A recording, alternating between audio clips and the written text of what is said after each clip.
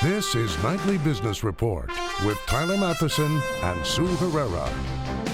The state of our unions. The UAW may be close to striking as a Teamsters pension fund warns of severe cuts to benefits. Economic hit, the cost to the U.S. economy if Congress fails to act. And the nation's biggest railroad operators have to suspend some service. Steaming mad, the auto dealer that's calling Volkswagen's emissions scandal the biggest fraud he's ever seen. That and more tonight on Nightly Business Report for Wednesday, October 7th. Good evening, everyone. Thanks for joining us and welcome. We begin tonight with the state of our unions. The clock is ticking tonight on a possible strike by the United Auto Workers at some Fiat Chrysler locations. If that happens, it would be the first time in 8 years that the UAW held a strike at a Big Three auto plant. Meanwhile, one of the largest Teamsters pension funds is warning of cuts, big ones, for both workers and retirees in order to shore up its weak finances. We have two reports tonight, and we begin with Phil LeBeau and the latest on the UAW. In a matter of hours, thousands of Chrysler workers could go on strike. The United Auto Workers Union has given Fiat Chrysler a strike deadline of 11:59 Wednesday night. If the union and Chrysler cannot agree to a new labor contract by then, or if there is no progress in talks, some or all of the auto workers could walk off the job. That would hit Chrysler hard. The company builds about 35,000 vehicles every week in the U.S., generating $175 million in revenue every day and more than $1.2 billion in revenue per week. Chrysler says the two sides are still in discussions. But if there's a strike, it would likely be targeted at one or two Chrysler plants, likely those that build or supply the bread and butter models for Chrysler. That means Jeep SUVs or Ram pickups. Phil LeBeau, Nightly Business Report, Chicago. Now to the Teamsters Union and the trouble its Central States pension fund is facing. That fund, one of the Teamsters' largest, is warning hundreds of thousands of members that their benefits may be cut. Its financial problems have been years in the making, and under a new federal law, it's not just current workers that could take a hit, but retirees as well. No cuts! No cuts! The proposal to cut benefits by an average of 23% is just what Teamsters President James Hoffa feared last month when he came out to support legislation introduced by Vermont Senator and presidential candidate Bernie Sanders, designed to create an emergency fund aimed at propping up endangered multi-employer pension funds. When a promise is made to working people, that promise must be kept. We are not going to slash pensions in this country. If nothing else, any benefit cuts by the Central States Pension Fund promise to be painful. Back in the 1960s, when trucking boomed and the interstate highway system was still relatively new, the Central States Fund held a lot of financial and political capital. Now it's blaming its problems on deregulation in the trucking industry, which it says has led to fewer companies and fewer union members. An aging population is also putting greater demands on the fund. Central States says it will run out of money in 10 to 15 years if no changes are made, because, it claims, it's paying out $2 billion a year more than it's taking in. Instead, it's asking for potentially painful cuts, except for retirees 80 and older, who won't be affected. Multi-employer plans cover about 10 million people, but federal officials say about 1 million of those are in plans that are struggling.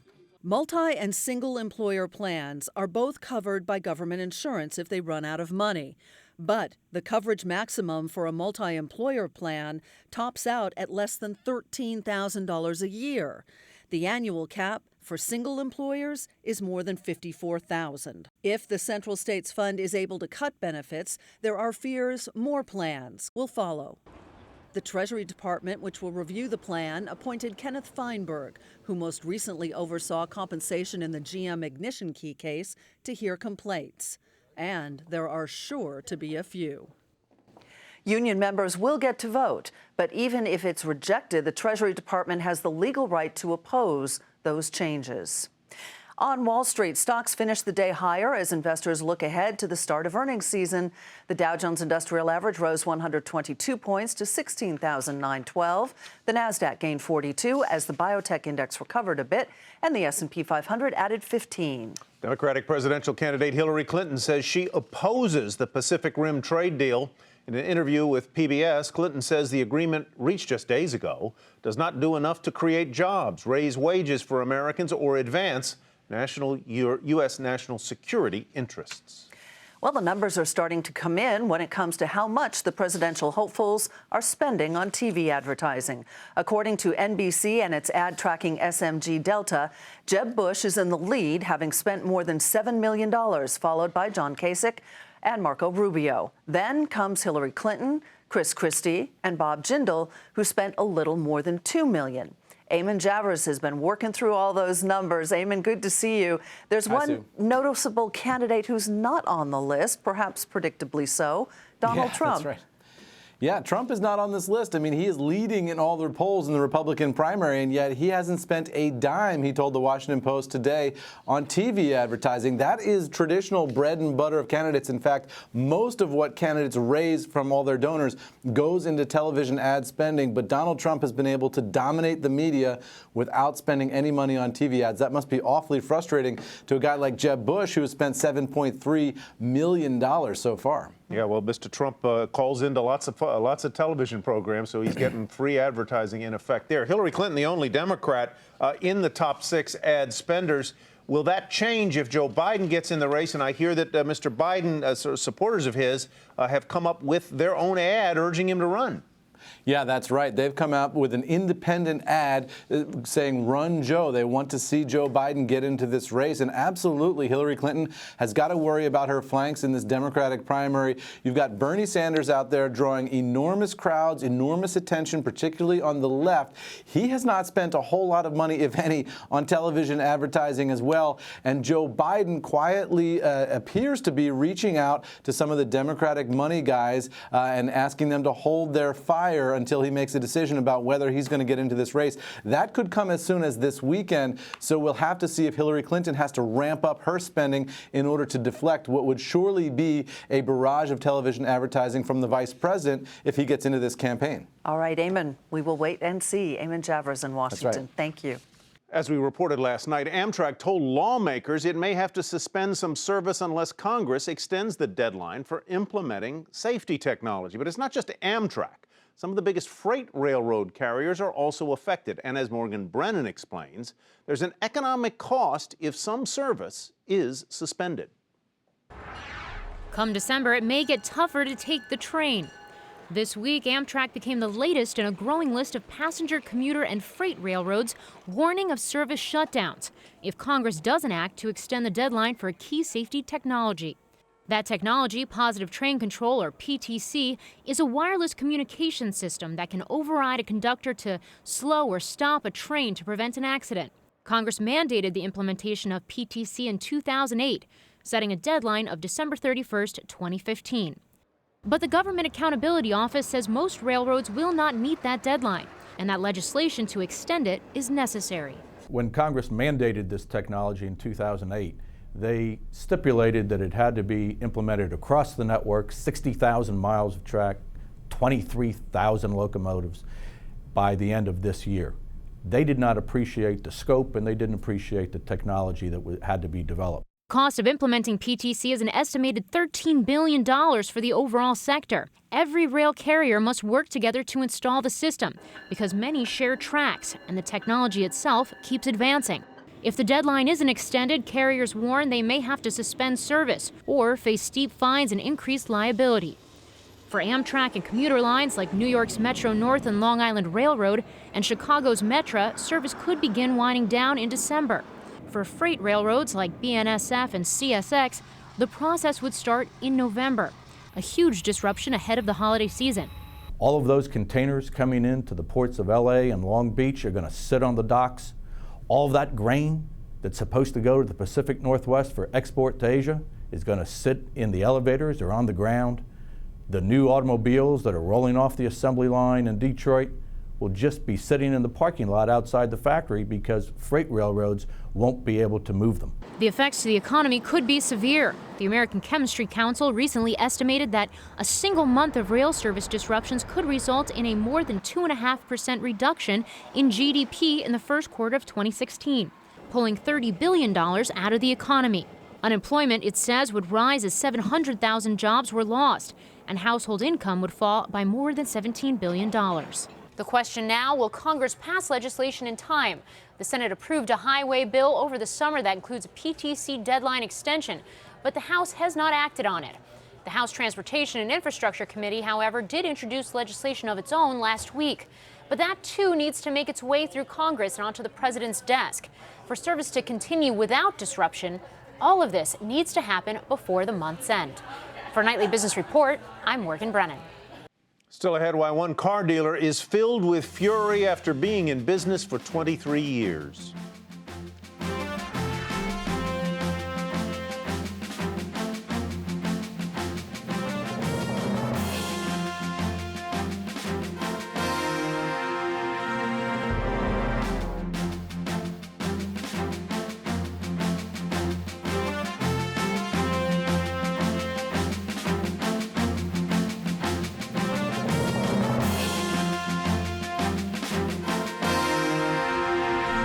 New York's Attorney General has opened an inquiry into the fantasy sports industry. As we told you yesterday, a DraftKings employee leaked proprietary information to the public the same week he won a fantasy contest on a rival site. Eric Schneiderman has requested information from both DraftKings and FanDuel, the two biggest companies in the industry.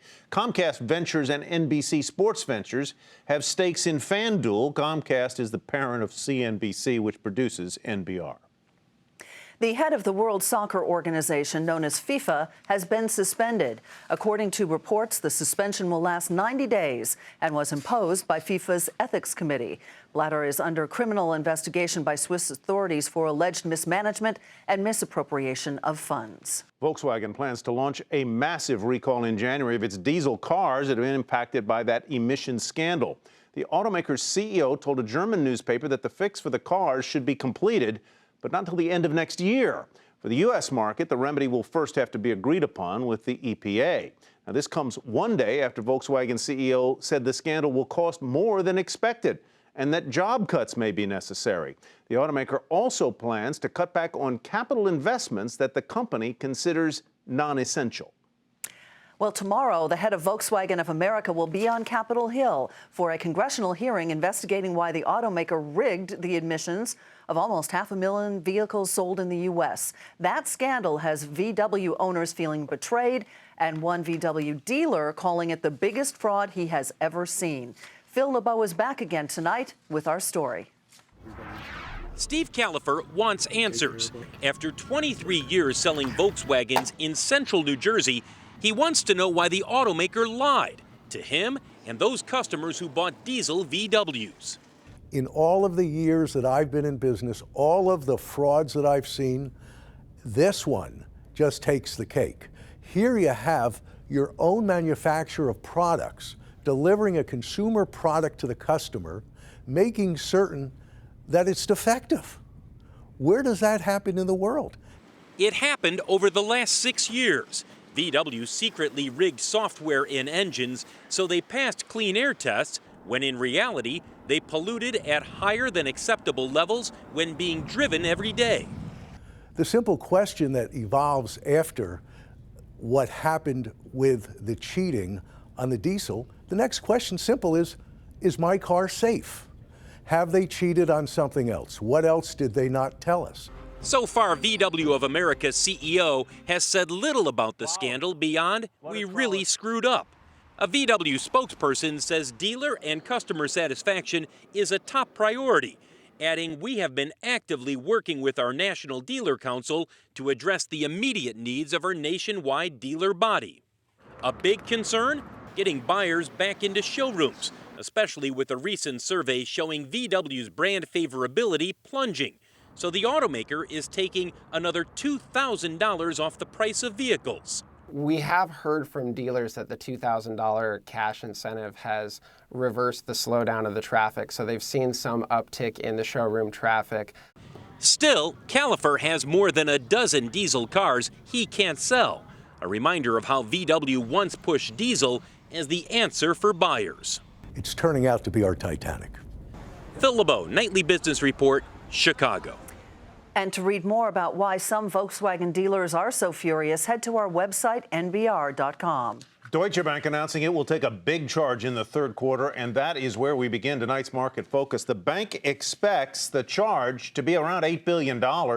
As a result, the company says it could cut or eliminate its dividend this year. Shares tumbled in initial after-hours trading. During the regular session, the stock was more than 1% higher at $28.79. Don't look for that number tomorrow.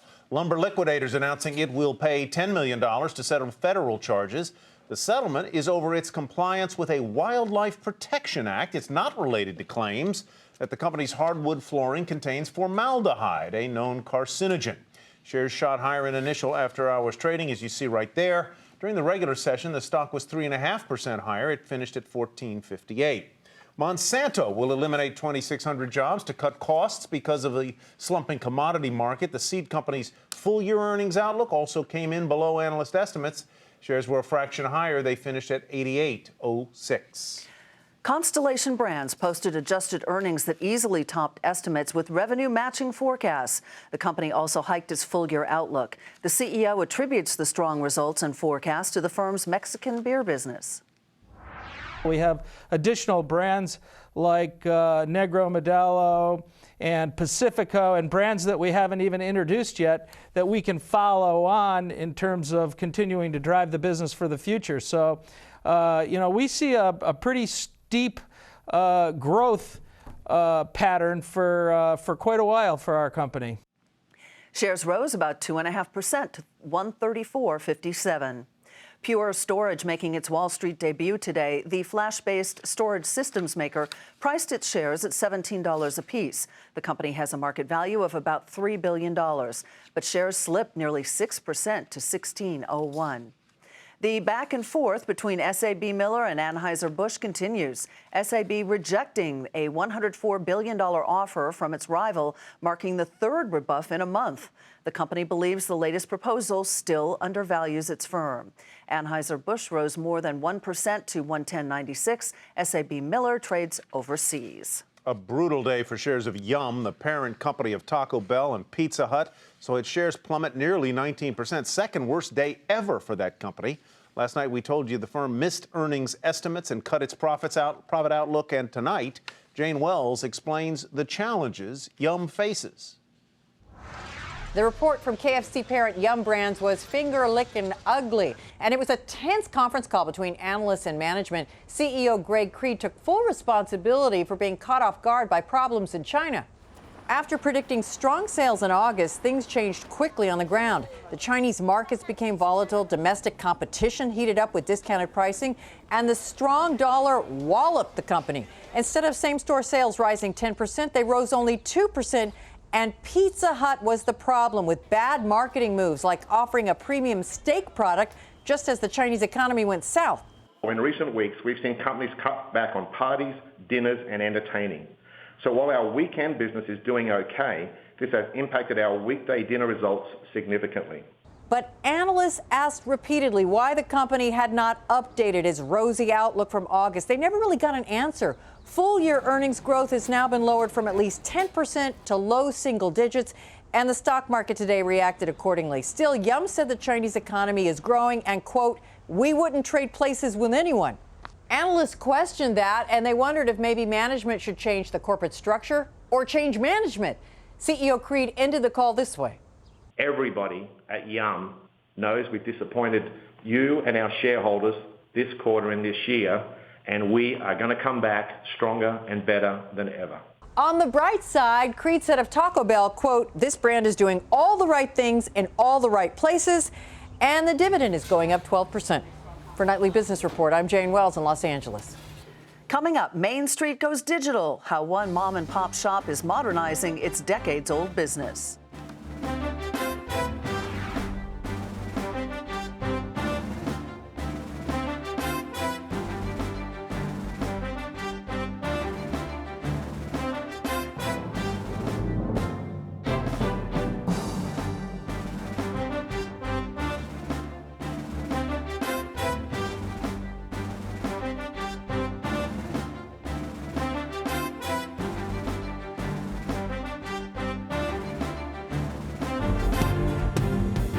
here's what to watch tomorrow. The unofficial kickoff to earnings season. Alcoa reports results after the closing bell. The Fed releases minutes from its September meeting. That could offer some rate hike timing clues.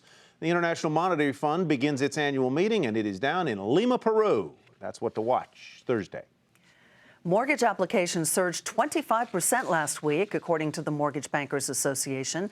That spike can be attributed to lower rates and new regulations, which caused borrowers to rush to their lenders. Applications to refinance and purchase a home were up double digits. With more people going online to watch programs rather than watching them on television, digital video is stealing both eyeballs and ad dollars. Julia Borston was at a media gathering yesterday called the Grill Conference, where everyone was talking about the potential winners and losers of this massive shift.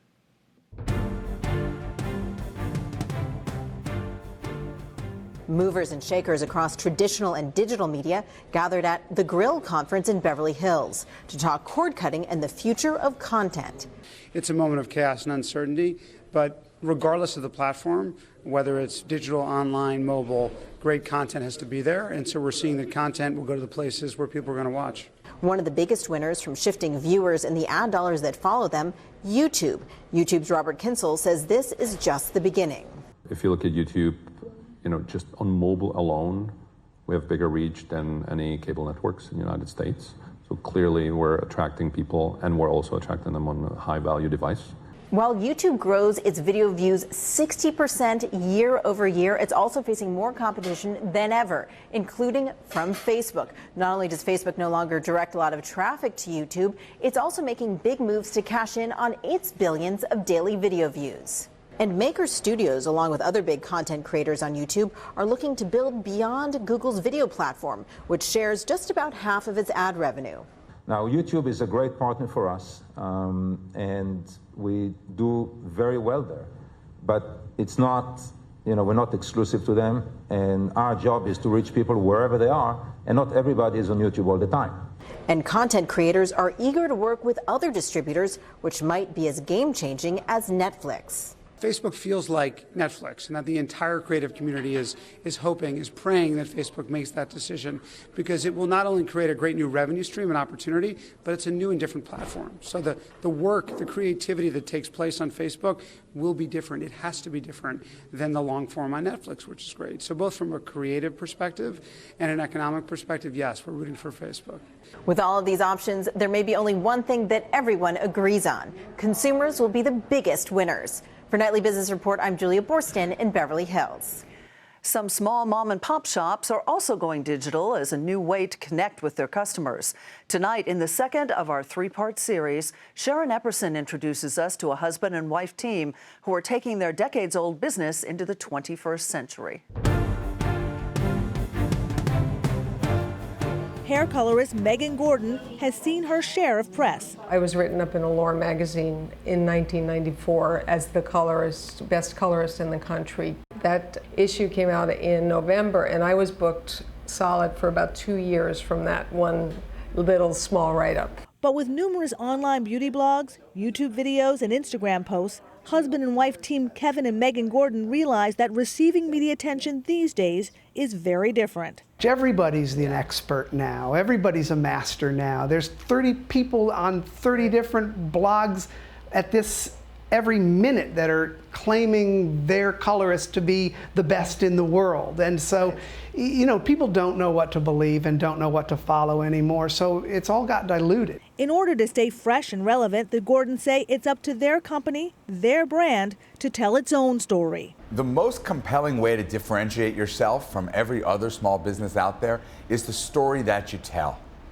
The more you can tell a compelling story, an interesting story, the more people are going to want to do business with you. We've been working on it for a while to come up with systems to create fresh content easily as part of our operations.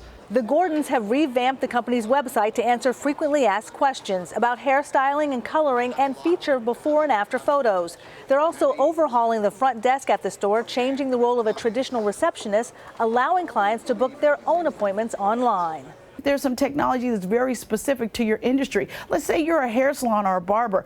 You should stop taking appointments in a handwritten appointment book. Make that stuff go all online so you can save time and give better service to your customers inside your business. If we can answer clients' questions online, which is what they want to do their own research anyway, and we can and they can book their appointments online, then we can free our receptionist or our salon manager to help service clients and give them a better experience while they're in the salon. Every day, what we do here is connect with people one-on-one. That's our job. That's what this career is. That's what this kind of a business is. And its new strategy is all part of the plan to modernize this 22-year-old salon as it evolves and retells its story. For Nightly Business Report, I'm Sharon Epperson. And tomorrow we're going to introduce you to an entrepreneur who's no longer running her fourth-generation business the old-fashioned way, and it's certainly paying off. You know, I think there's a fine line between relying on the internet, which has certainly changed everything. It makes a lot of things more convenient, and not giving up that human touch of being able to speak to someone on the phone. And that personal particularly feeling. In a personal service business like that. And a very competitive one, too. You bet, especially in this set. It's all about hair. It's all about the hair. That does it for Nightly Business Report tonight. I'm Sue Herrera. Thanks for joining us. Thanks for me as well. I'm Tyler Mathisen. We'll hope to see you right back here tomorrow night.